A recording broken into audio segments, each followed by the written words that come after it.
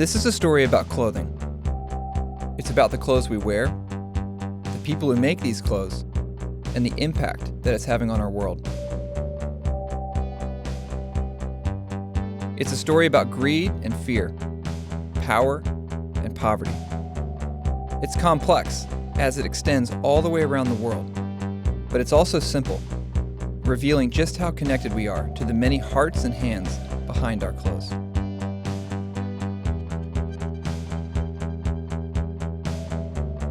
I came into this story with no background in fashion at all, beginning with nothing more than a few simple questions. What I've discovered has forever changed the way I think about the things I wear. And my hope is that it might just do the same for you.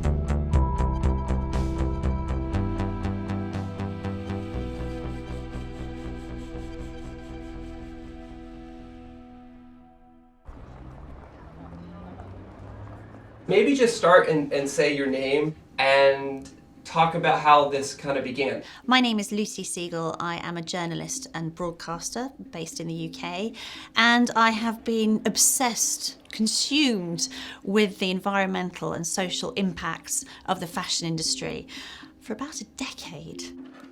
Well, I love everything about clothes, you know. I love the poetry, I love the fabric, I love the colors, I love the textures, I love the way that they make you feel. You know, they are our chosen skin.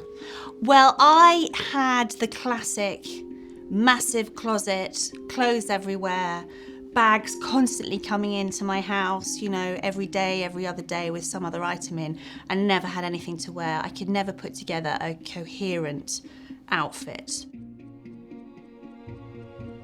We communicate who we are to a certain extent through clothing. And this is again throughout history.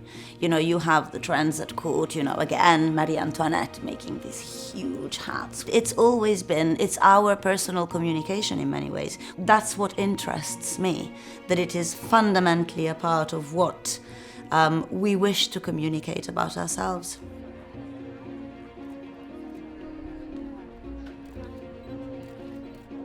And we used to have a system, a fashion system, where people would go to the shows, so they would do spring, summer, autumn, winter, and those kind of ran like clockwork for very many years. Okay, rip that up, throw it out the window. That has absolutely nothing to do with the fashion industry today. It has been reinvented.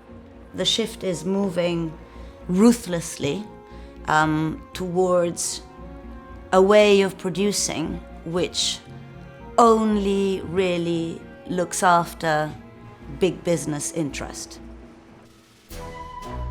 Growing up, I never gave much thought to anything other than the price of the clothes that I bought, usually making choices based on the style or a good deal. Looking back, I learned that for a long time, most of our clothing was actually made right here in America. As recently as the 1960s, we were still making 95% of our clothes.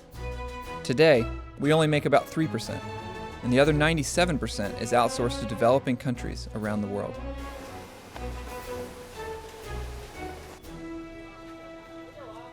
I've been in the business for over 9 years now. In terms of scale, we got about 25,000 people just on garment manufacturing side. We produce 1 in 6 dress shirts sold in the US.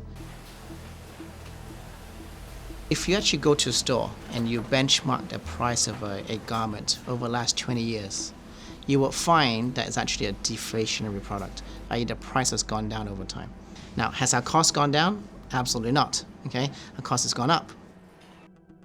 The more production we've outsourced, the cheaper prices have become on the clothing we buy, making way for a whole new model known as fast fashion, almost overnight transforming the way clothing is bought and sold.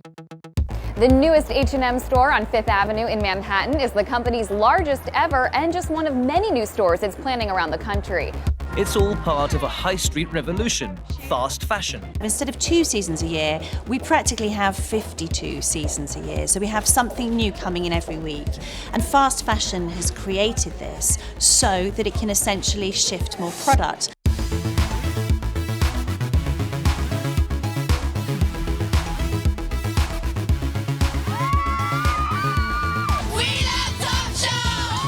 You can get this fringe metallic skirt for $39 at Joe Fresh, a brand new store in town. With price tags that might look a little bit more appealing to budget-conscious shoppers. American consumers, they really have grasped the fashion part of H&M, and we know from before that American consumers are very value-oriented. If you match these two together with fashion and value, then you have a recipe.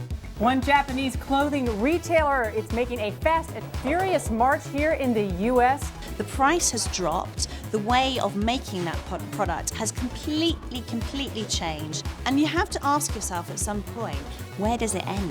The global marketplace is someplace where we export work to have happen in whatever conditions we want, and then the products come back to me cheap enough to throw away without thinking about it.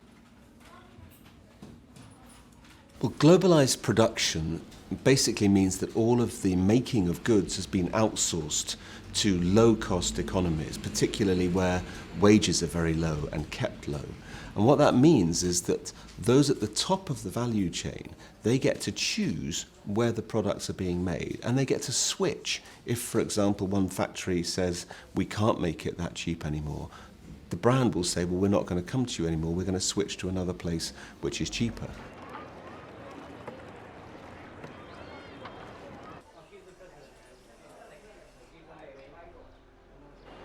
In the West, they're using everyday low price. So every day they're hampering me and I'm hampering my workers. This is how it is.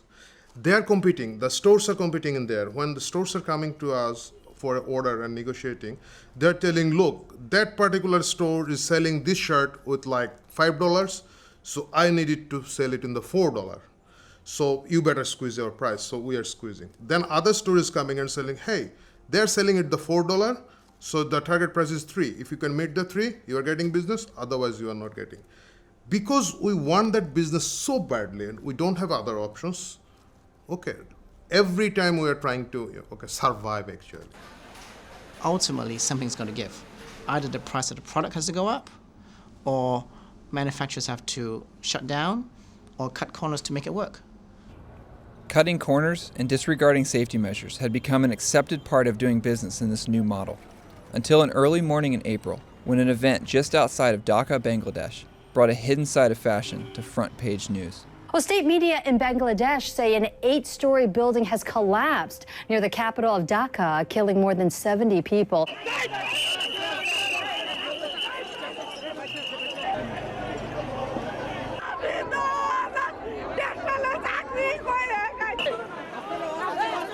Rescue workers are racing against time, searching through the rubble, trying to find as many survivors as they can. Hundreds are dead. Hundreds more might still be buried alive after officials in Bangladesh say factory owners ignored an order to evacuate. Some 400 dead, hundreds still believed to be missing. Garment workers in Bangladesh paying the price for cheap clothing. A huge crowd has gathered near the building site, many of them family members looking for loved ones. And they say they can still hear people screaming from underneath the rubble, crying out for help. Many are simply losing hope.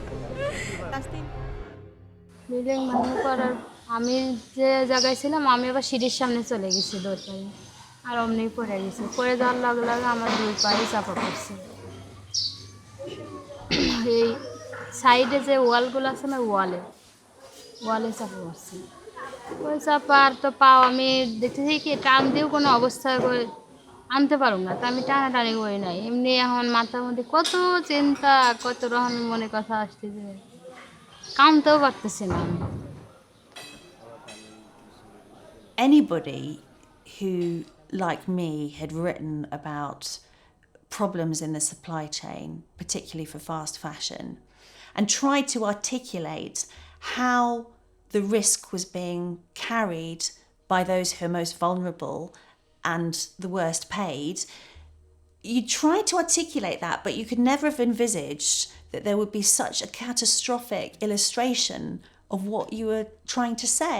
And Rana Plaza, to me, was like some horror story. 2 weeks after the catastrophe, and the death toll now stands at a staggering 931, making it the worst garment industry disaster in history.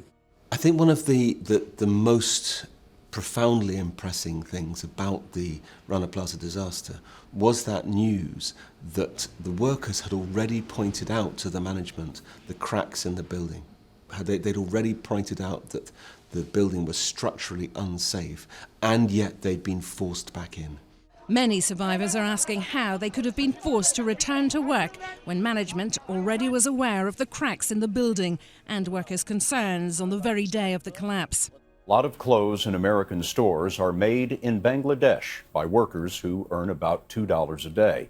Last month there, a garment factory collapsed, killing more than 1,000. And a few months before that, a factory fire killed more than 100. And as bodies are still being pulled out of the rubble, another factory in Bangladesh caught fire early this morning, killing 8 more people. As story after story of clothing factory disasters kept filling the news, it was now the case that 3 of the 4 worst tragedies in the history of fashion had all happened in the last year. As the death toll rose, so did the profits generated. The year following the disaster at Rana Plaza was the industry's most profitable of all time.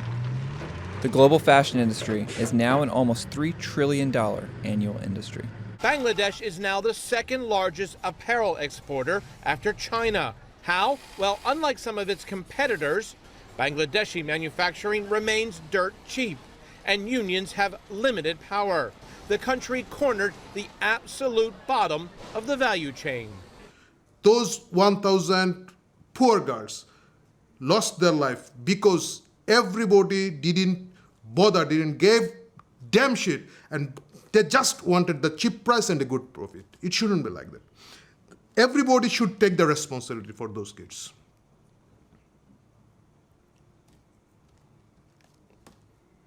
That's how it is. And it might coming more, sorry, but yeah, you know that it's not only the price pressure, it is something ignoring other people's life. It's not true. It's not right. It's 21st century. It's a global world we are living, and we just ignore other people's life. How come? This enormous, rapacious industry that is generating so much profit for a handful of people, why is it that it is unable to support millions of its workers properly? Why is it that it is not able to guarantee their safety? We're talking about essential human rights. Why is it unable to guarantee that whilst generating these tremendous profits? Is it because it doesn't work properly? That is my question. Lucy's question sounds like the obvious one, but instead of answering it, everywhere I looked, I found people who were constantly justifying the cost because of the economic benefits being generated. So this low-wage manufacturing or so-called sweatshops, they're not just the least bad option workers have today. They're part of the very process that raises living standards and leads to higher wages and better working conditions over time. Your proximate causes of development are physical capital, technology, and human capital, or skills of the workers. When sweatshops come to these countries, they bring all 3 of those to these workers and start getting that process going. Is it possible that sweatshops are actually good? Yes, horrible, awful sweatshops. The word itself, sweatshop, it evokes terrible images of poor people and children suffering in third world countries, slaving away in awful conditions to make products for us selfish Americans. Thank you. What? Does it bother me that people are working in a factory making clothes for Americans or for, Europeans, or that that's how they're spending their lives? Is that what you're kind of asking me? Yeah, sure. No, I mean, they're doing a job. There are a lot worse things that they can be doing. It is live television, and I will ask you, define sweatshops. Yeah, I think we have to be very clear what we're talking about from the outset. So we're talking about places with very poor working conditions, as us normal Americans would experience it, very low wages by our standard, maybe children working places that might not obey local labor laws. But there's a key characteristics of the type of ones I want to talk to you about tonight, Kennedy, and that's that they're places where people choose to work, admittedly from a bad set of other options. Well, I mean, there's nothing intrinsically dangerous with sewing clothes. So we're kind of starting out with, with a relatively safe industry. It's not like coal mining or natural gas mining or, a lot of things that you can that are much more dangerous. So sweatshops jobs look like horrible working conditions and wages to anybody in the West who's wealthy enough to own a TV and watch your video. But we have to keep in mind that the alternatives available for these workers aren't our own alternatives. They're much worse than our alternatives, and they're usually much worse than the factory job that the worker has. Low wages, unsafe conditions, and factory disasters are all excused because of the needed jobs they create for people with no alternatives. This story has become the narrative, used to explain the way the fashion industry now operates all over the world. But there are those who believe that there must be a better way of making and selling clothing that does generate economic growth, but without taking such an enormous toll. So we don't know yet how long this embroidery is taking. Do you think you could ask Chantu just roughly how long that whole panel is taking? Because I guess we'll see it later on in the FOB price breakdown, but it would be great to know, wouldn't it? So I'm SAFİA Mini. I'm founder and CEO of People Tree. And People Tree is a fair trade fashion brand that started over 20 years ago in Japan. You were worried that we had a bit too much navy. What are you feeling now? Because we did put more black into SS14, and that has worked really, really well with Orla's designer collaboration. Have we got enough black print in the collection? Well, we've lost that abstract dust print, this one here, in the black. But I think this pink will be really... I think it's one of those prints that everyone's a bit nervous of, but actually will do well. I think most fashion brands start with a concept of a collection or a look. They don't tend to think, who is going to make the product and how can I ensure that producers or suppliers are going to eat. So what we're trying to do at People Tree is really start with the skills that we have at each producer group and then design the collection up whilst also looking at the integrity of the collection in its aesthetic. I worked originally with freelance designers and went into Bangladesh, Zimbabwe, India, Nepal, the Philippines. And bit by bit, we put together, an amazing network of like-minded fair trade organisations that put women's development, the workers' social development and environment absolutely central to everything they do.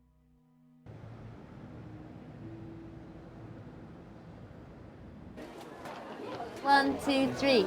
Happy World Fair Trade Day! Yay! そうですね。世界フェアトレードは今日、15年目になるんですけれども、そうですね。私たちやっぱりフェアトレードの運動として、60カ国以上、そうですね。本当に10会社からもう本当に60会社までいらっしゃるんですけれども、今日多分3000箇所以上いろんなイベント、ここでやってるイベントと同じようにファッションショーとか勉強会とかそういったイベントをあちこち世界中でやってるんです。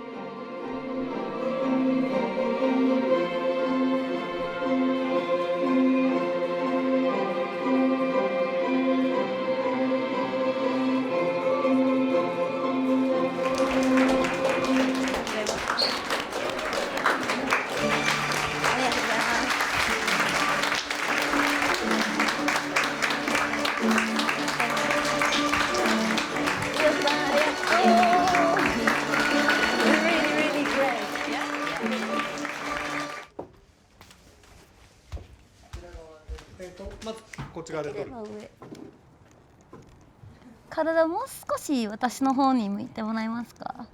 足ももっと。That's beautiful. Fair trade is a citizen's response to correcting the social injustice in an international trading system that is largely dysfunctional, where workers and farmers are not paid a living wage, and where the environment is not considered at all to make the products that we buy every day.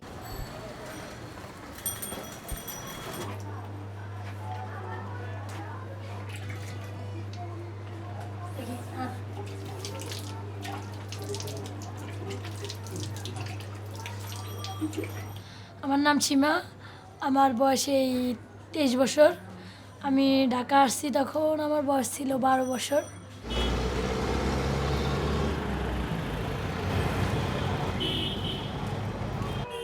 SHIMA is one of about 40 million garment factory workers in the world. Almost 4 million of these workers are here in Bangladesh, working in almost 5,000 factories, making clothing for major Western brands. Over 85% of these workers are women, and with a minimum wage of less than $3 a day, they are among the lowest paid garment workers in the world. কারণ আমি ঢাকা আসছি আইসা আমার খালার কাছে থেকে আমি চাকরি করি গার্মেন্টসে যখন আমি গার্মেন্টস চাকরি নিছি তখন 700 টাকা বেতনে গার্মেন্টসের চাকরি নিছি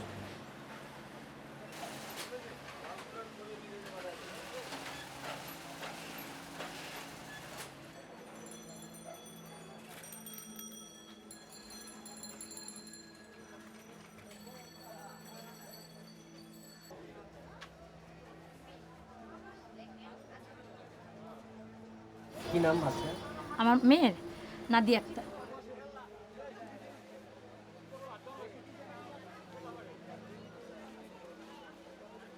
প্রায় 15 দিন আমি অফিসে নিয়ে গেছি কিন্তু অফিসে প্রচণ্ড গরম আর ওই কাজের ভিতরে তো মনে করেন মিলানো ওই মেডিসিন মিলানো ওগুলো বাচ্চাদের মুখে গেলে অনেক ক্ষতি হয়ে যায় বিষয় হলো যে আমি ঢাকা নিয়ে রাখতে পারতাছি না আমার রাখার মানুষ নাই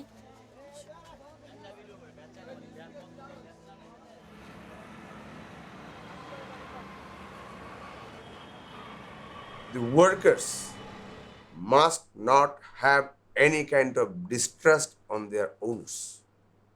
If they have, there will not be any good working atmosphere in the factory. They must respect. The owner is paying us as per rule.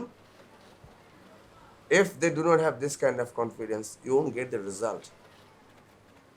তারপরে আমাদের এই অফিসে ইউনিয়ন করছি এই ইউনিয়নের পর থেকে আমি প্রেসিডেন্ট পোস্টে আছি তখনই স্যারের সাথে মানে দাবিনামাটা জমাও দেওয়া হয়েছে স্যারেরা রিসিভও করছে রিসিভ করার পরে স্যারের সাথে একটু কথা কাটাকাটি হয় কথা কাটাকাটিতে হওয়ার পরবর্তীতে তারা দরজা লক করে 30-40 জন স্টাফ এবং স্যারেরা মিলে আমাদের উপরে এরকম আক্রমণ করে অনেক মারধর করে এবং সাথে চেয়ার ছিল তারপর মনে করেন যে ওই লাঠি ছিল স্কেল মিস্কেল ছিল সিজার মিজার ছিল ওইগুলো দিয়ে এবং বেশিরভাগই আমাদের অত্যাচার করছে তারা শুধু লাথি মারছে ঘুষি মারছে এবং ওয়ালের সাথে মাথা বাইরে এসে বেশিরভাগই বুকে এবং তলপেটে এদিকে আমাদের অনেক আঘাত করছে স্টাফরা মিলা It's estimated that 1 in every 6 people alive in the world today work in some part of the global fashion industry, making it the most labor-dependent industry on Earth. Most of this work is done by people, like SHIMA, who have no voice in the larger supply chain. Today we purchase over 80 billion pieces of new clothing each year. That's 400% more than the amount we bought just 2 decades ago. The way we buy clothes has changed so much, so fast, that few people have actually stepped back to understand the origin of this new model or the consequence of such an unprecedented increase in consumption. There's an article in Printers Inc., which is the leading advertising trade journal of its day, by a very famous copywriter named Ernest Elmo Calkins, a grand old man of the art of writing advertising copy. It was an article called Consumptionism. In that article, he says there are 2 kinds of products. Okay, there are the kind that you use, like washing machines, cars, and so on. Things that you buy and use for a long time. And then there are the things that you use up, like chewing gum and cigarettes, other perishables. He said consumptionism is all about getting people to treat the things they use as the things they use up. With their innovative buy one, get 3 free pricing, a suit from Joseph A. Bank is effectively cheaper than paper towels. And now they come in these easy-to-use dispensers. With 4 suits for the price of a modest dinner, I can feel good about throwing them away when I'm done. You just have to look at landfill, and you can see in landfill that the amount of clothes and textiles being chucked away has been increasing steadily over the last 10 years as the sort of dirty shadow of the fast fashion industry. as we get sort of closer and closer to species degradation, to trashing our last remaining pristine wilderness, we seem hell-bent on producing more and more disposable stuff. It makes no sense. Fashion should never and can never be thought of as a disposable product. I think after any big change in any industry, it takes a while to sort of to feel and smell the dirt that comes out of something that is polluting. So I think now there is a change because you can't deny that the fast fashion industry is having a massive impact in developing countries. The average American throws away 82 pounds of textile waste each year, adding up to more than 11 million tons of textile waste from the US alone. Most of this waste is non-biodegradable, meaning it sits in landfills for 200 years or more while releasing harmful gases into the air. The sheer amount of cheap clothing, even though people feel perhaps somehow that they're offsetting by giving to charity. You know, the journey of a t-shirt donated to charity is unpalatable in itself.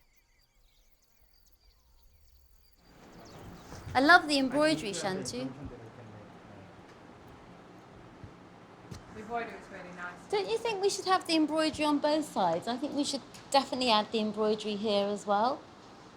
I think it looks a bit mean to have it just on the front, so let's have it on the sides too. It won't add much cost. It's not so dense, is it? What do you think? Sounds enough? Swallows is a fair trade fashion business, but it's also a development society, so it helps more than 3,000 people in this village. I come here every 4 months.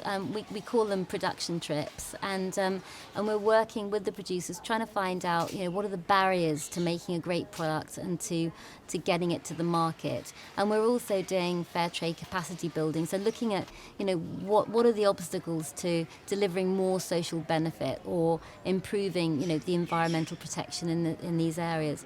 For me, this is about partnering. This is about finding creative solutions together with the team here, and really listening to what their problems are and finding a way that works together.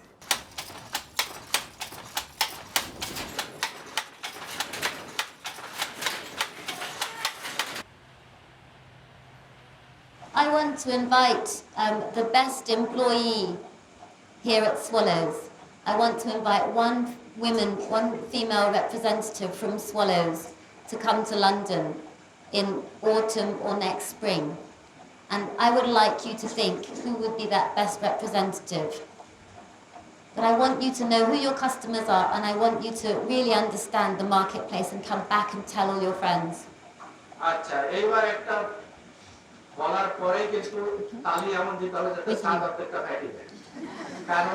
সবচেয়ে ভালো একটা সংবাদ এখন দিতে যাচ্ছে বড় তালে দিয়েন কিন্তু আগামী বছরে আপনাদের ভিতর থেকে যে সবচেয়ে ভালো সুনামের কাজ করেছে এরকম একজনকে লন্ডনে নিয়ে যাবেন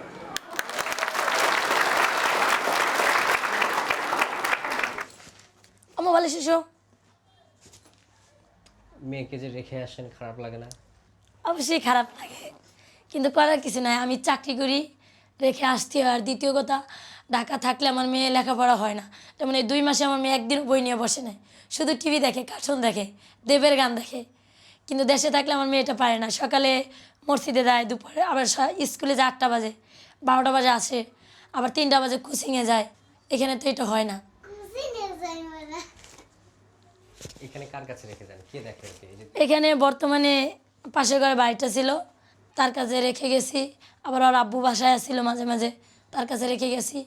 আবার আমি অফিসেও নিয়ে গেছি, গতকালকে অফিসে নিয়ে গেছিলাম।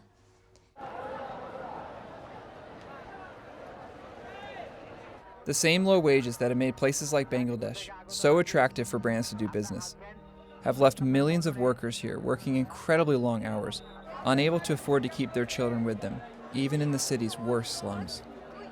In order to give their children an education and the chance of a better future than life in the factories, many garment workers here, like SHIMA, are leaving their children to be raised by family or friends in villages outside the city, only getting to see them once or twice a year.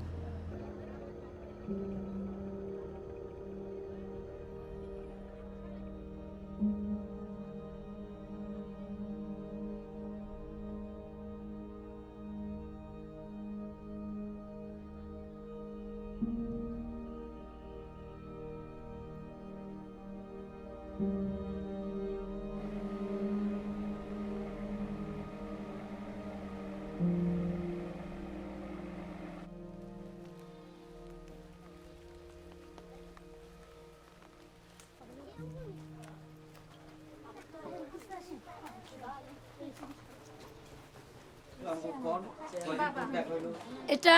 আমার বাবা। 1 বছর পরে আমার বাবার সাথে আমার সাথে পরিচয় এবং দেখা। তাছাড়া হয়তো মোবাইলে একটু যোগাযোগ হয়, কিন্তু দেখাতেও না। আজকে 1 বছর পরে দেখলাম। এটা আমার আম্মা। হ্যাঁ, 1 বছর পর আম্মার সাথে পরিচয়। মানে মোবাইলে কথা হয় আমার সাথে, তো দেখি না।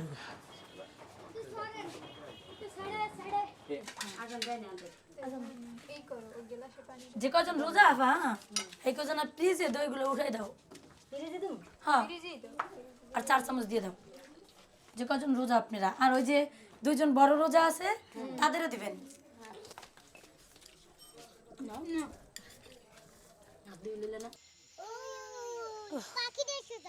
পাখিটা সোজা দেয় না।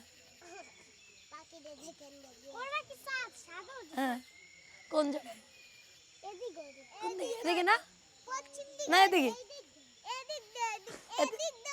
আমাদের বাংলাদেশের শ্রমিক তো কষ্টের আর শেষ নাই।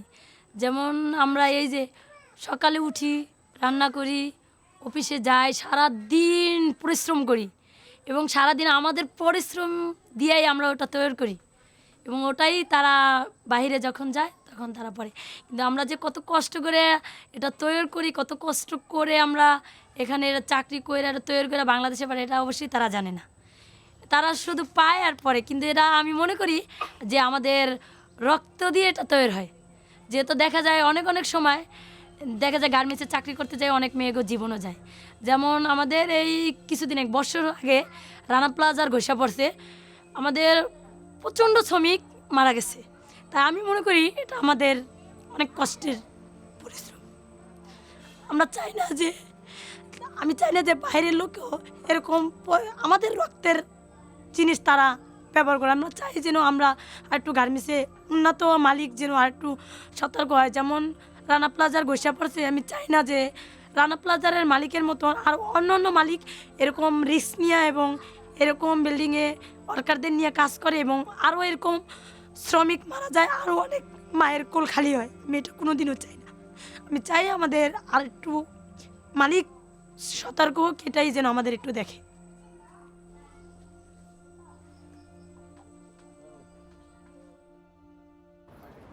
Operating within a system that only measures profit, companies have little incentive to do anything other than to make this quarter better than the last, no matter what damage is caused along the way.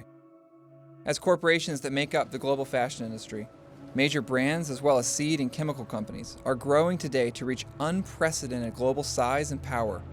This mandate for profit at all cost is beginning to stand in direct opposition to the values that we share. Richard Wolff is an economist who, after graduating from Harvard, Stanford, and Yale, became convinced that the real problem is within this system itself. So America became a peculiar country. You could criticize the education system to make the schools better. You could criticize the transportation system to make that work better. But you couldn't criticize the economic system. That got a free pass. You couldn't criticize, and if you don't criticize something for 50 years, it rots. It goes to seed. But one of the ways a healthy society works is it subjects its component systems to criticism so that we can debate it and hopefully fix it or improve it or do better. Capitalism couldn't be questioned.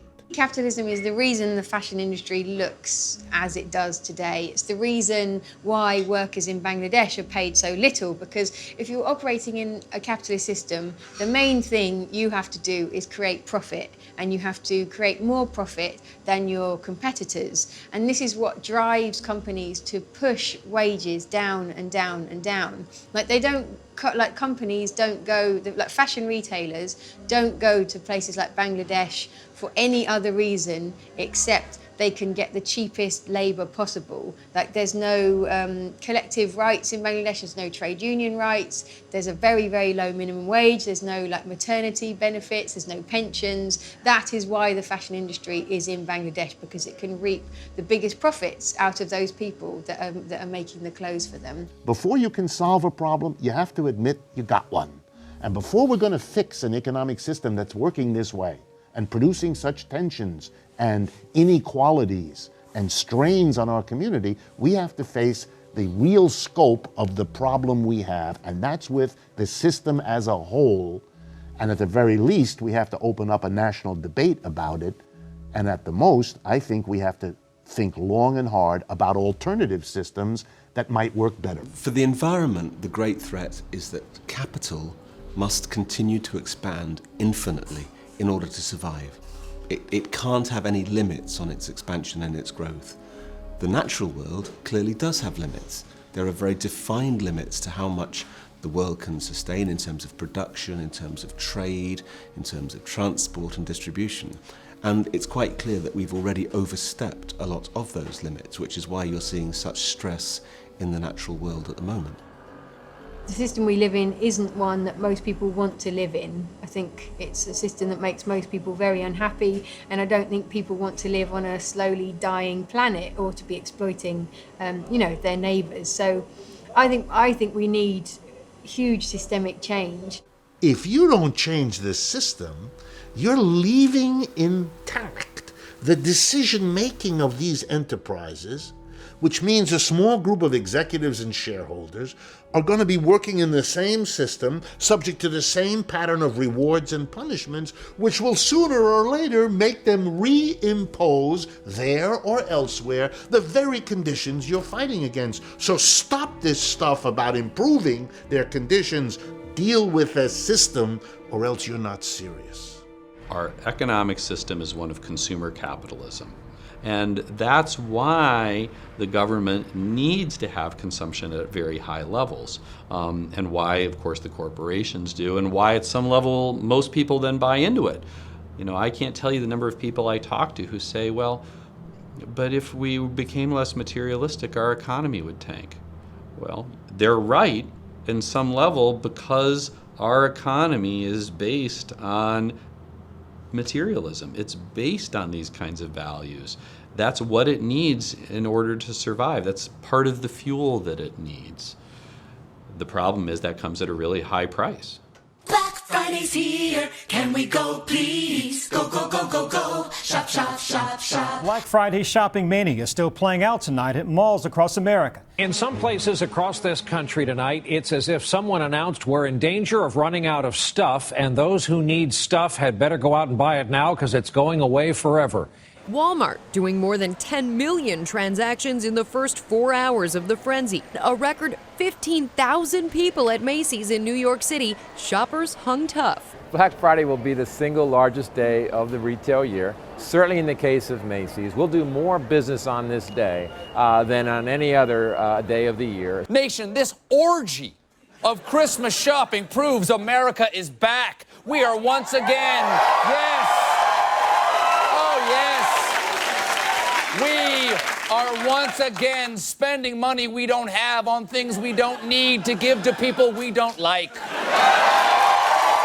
Yeah, USA, USA, USA, USA.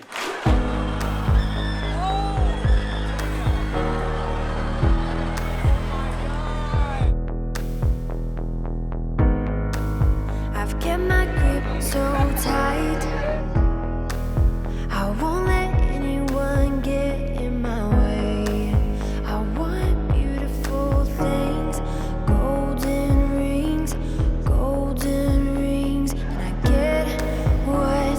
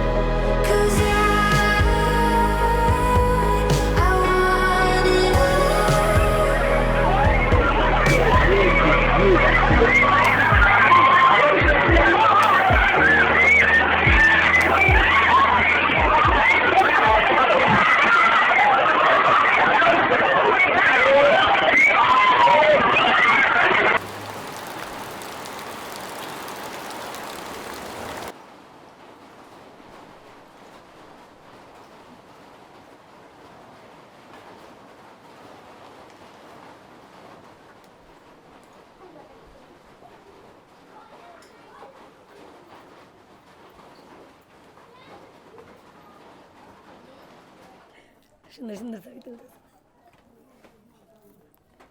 ছবি তো আজকে পাপ্পা দিয়ে দিতে আছে কালকে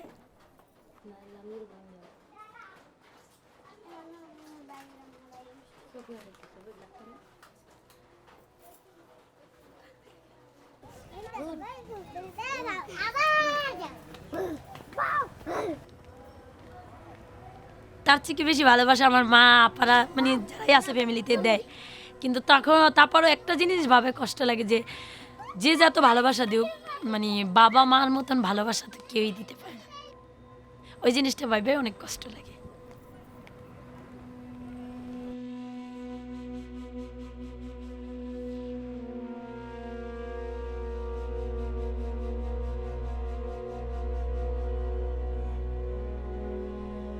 আমি চাই আমার মতন যেন আমার মেয়েটা গার্মেন্টস জীবনে না জড়ায় এবং আমার মতন যেন কষ্ট আমার মেয়েটার না করতে হয় এবং আমারও কষ্ট লাগে কিন্তু আমি মনে করি যদিও কষ্ট লাগে আমার এই কষ্টটা সার্থক হবে ওই দিনই যেদিন আমার মেয়েটা আমি লেখাপড়া করে মানুষ করতে পারবো মানুষের মতো মানুষ করতে পারবো গ্রামের মানুষে বলবো যে না সীমা যদি ঢাকা থেকে গার্মেন্টসের চাকরিও করছে তাও আর মেয়েটাও টাকা পয়সা খরচ করে লেখাপড়া করাইছে এবং মানুষের মতো মানুষ করে তুলছে এবং যে কোনো একটা ভালো সরকারি চাকরি যদি নিতে পারে কি ভালো একটা ছেলের সাথে যদি বড় হলে আমি বিয়ের শাদী দিতে পারি তখন মানুষ আমারে ভালো বলবে এবং নিজের কাছেও আমার গর্ব মনে হবে যে আমি কষ্ট করলাম আমার মেয়েটার কষ্ট করতে দিনে আমার মেয়েটাকে আমি মানুষের মতো মানুষ করে তুলছি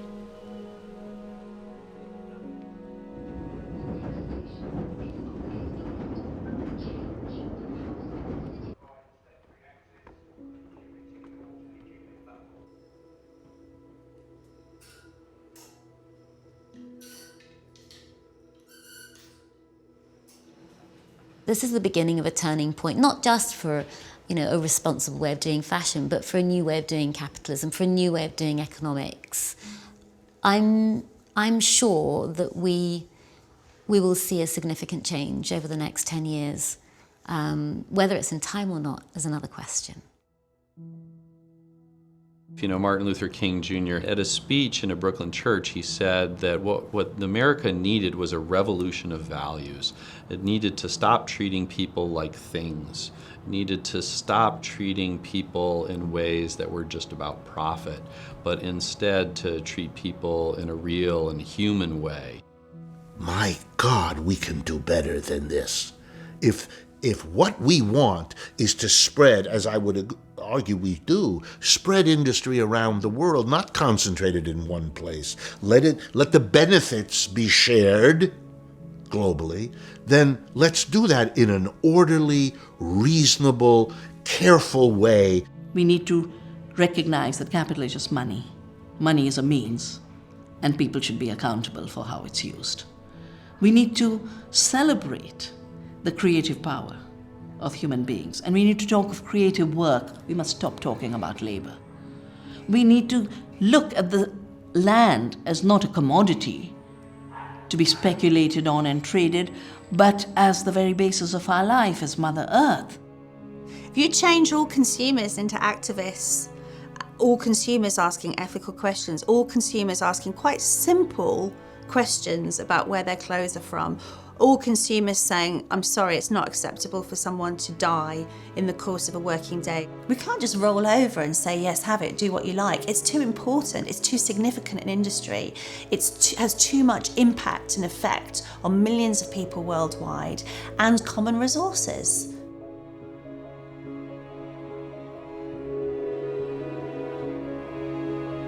Will we continue to search for happiness in the consumption of things?